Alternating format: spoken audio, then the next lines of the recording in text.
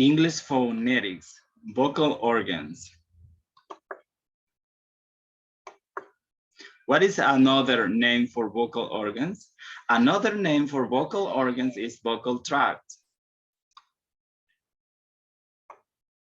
Vocal cords, also known as vocal folds or voice reeds, are folds of tissue in the throat that are the key in creating sounds. The production of speech are the lungs and through vocalizations. Explain the role of the lungs in speech. The structures that are important, the lungs and the respiratory system, together with the vocal organs. The airstream passes between the vocal cords, which are two small muscular folds located in the larynx at the top of the windpipe. The role of the lungs is that of the initiator. They are the source of the airstream. The lungs are not capable of movements themselves, but they expand and retract thanks to the movement of the diaphragm and the swinging of the rib cage. Contrast egressive versus ingressive. Egressive, the air comes out of the mouth. Ingressive, the air flows into the mouth. Voicing consists of the sound being voiced or voiceless. Contrast fortis versus lenis.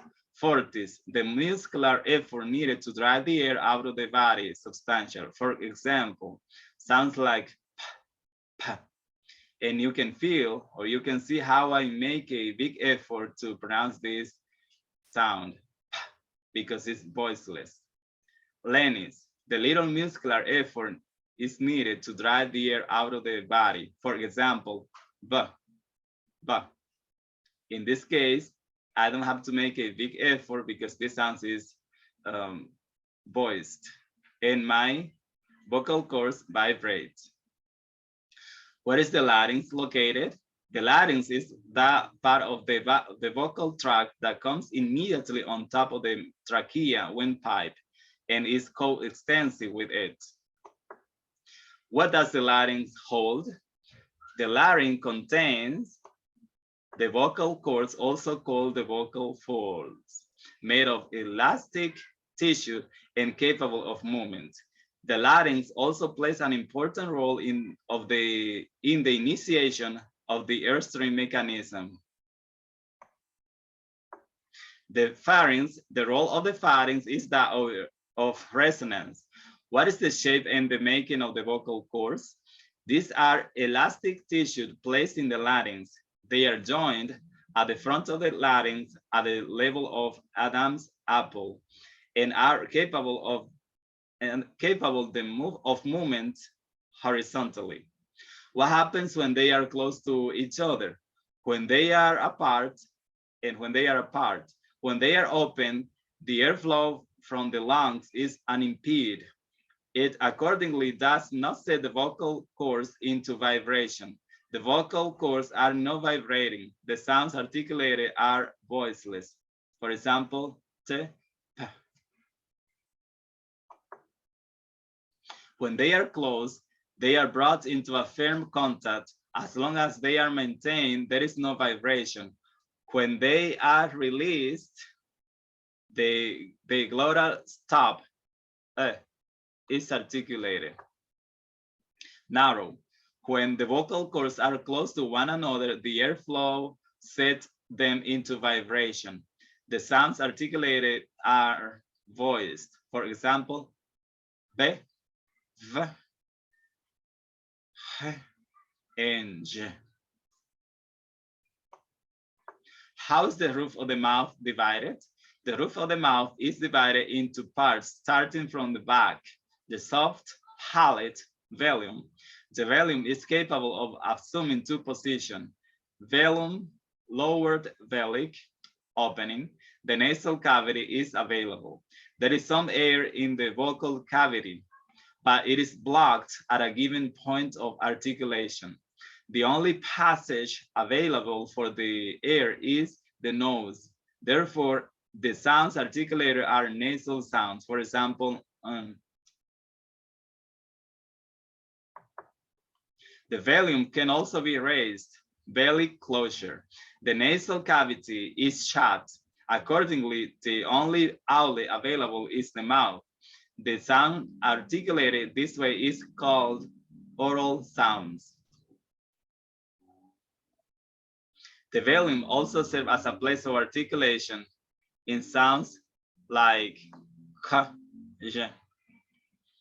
The velum also plays an important role in the initiation of the vellatic airstream mechanism. The hard palate, since it is not capable of movement, its role is mainly that of a place of articulation. Velarization, secondary articulation in the pronunciation consonants, in which the tongue is drawn far up and back in the mouth toward the velum or soft palate, as if to pronounce vowels such as O, O, or U. O or U. Name the parts of the tongue. The tongue is generally divided into parts for the sake of phonetic description. These parts are identified on the basis of their position with respect to the roof of the mouth. The back velum, the blade, the hard palate, the tip, the alveolar ridge. What does the tongue do in the production of vowels, in that of consonants? In vowels, the tongue can be raised to various levels. The difference between the vowels I and E is one tongue high. Different parts of the tongue may be responsible for the articulation of vowel sounds. The difference between the vowels I and U is based on the part of the tongue involved, the backing U and the fronting E. Tongue action in consonants. Different parts of the tongue are involved in the production of consonants. In the sound T, the tip of the tongue is used. In the sound N, however, it's the back of the tongue that is used. The tongue can also assume various positions. One special case is the curling on the tongue backwards, so that its underside faces the roof of the mouth. This is the case of the retroflex R. The lips can be spread, rounded, or neuter. What matters in speech sound articulation is whether the lips are rounded or unrounded. Lip rounding. Vowels, they can be distinguished on the basis of lip rounding. The vowel A and the vowel A are identical in every respect, except the lip rounding. Consonants. Lip rounding is involved in labialized consonants like K. Labiodentalization. The lower lip is involved in labiodental sounds F, V, V, V. The teeth, place of articulation. The teeth interact with the tongue in dental sounds. The teeth also interact with the tongue in interdental sounds.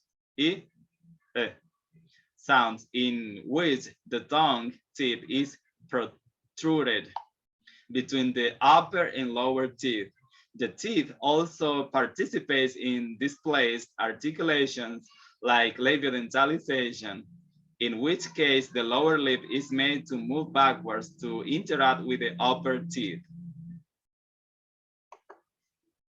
Thank you for watching.